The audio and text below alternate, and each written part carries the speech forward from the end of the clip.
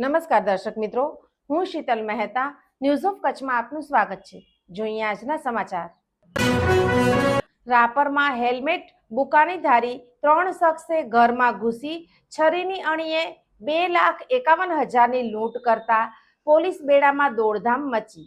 તારીખ 12/5/2026ના રાપર પોલીસ સ્ટેશનમાં રાપર ટાઉન વિસ્તારમાં રાત્રિના 1:30 વાગ્યે અજાણ્યા 3 ઈસમો ફરિયાદીના ઘરે રાત્રિ પ્રવેશ કરી આરોપીઓએ ફરિયાદીના ગરદન ઉપર છરી રાખી ફરિયાદીએ પહેરેલ સોનાની વીંટીઓ નંગ 5 તથા ચાંદીની લકી નંગ 1 તથા રોકડા રૂપિયા 20,000 તથા મોબાઈલ ફોન નંગ 1 મળી કુલ રૂપિયા 2,51,600નો મુદ્દામાલની લૂંટ કરી આરોપીઓ નાસી ગયેલ નો બનાવ બનેલ હોય, જે અન્વયે રાપર પોલીસે ગુનો દાખલ કર્યો હતો।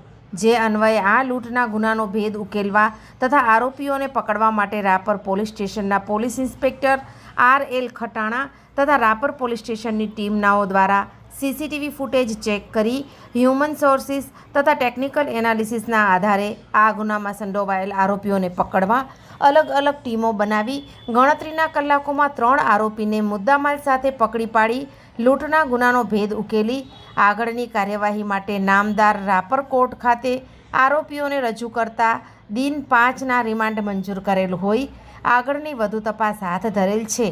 પકડાયેલ આરોપીમાં ભાવિન ઉર્ફે કાળિયો ભરતભાઈ સંઘાર મણકા ઉંમર વર્ષ 23 રહે પાવર હાઉસ વિસ્તાર રાપર કચ્છ, રમેશ બચુભાઈ સિયારિયા ઉંમર વર્ષ 43 રહે પાવર હાઉસ વિસ્તાર રાપર કચ્છ અને આદિલ નાસિર શાહ ફડીર ઉંમર વર્ષ 27 રહે એકતાનગર રેલવે સ્ટેશનના પાટાની સામે અંજાર કચ્છ। લૂંટ થયેલ મુદ્દામાલમાંથી કબજે કરેલ મુદ્દામાલ સોનાની વીંટી નંગ 5, ચાંદીની લકી બ્રેસલેટ, મોબાઈલ ફોન એમ કુલ મુદ્દામાલ રૂપિયા 2,31,500નો કબજે કરેલ છે।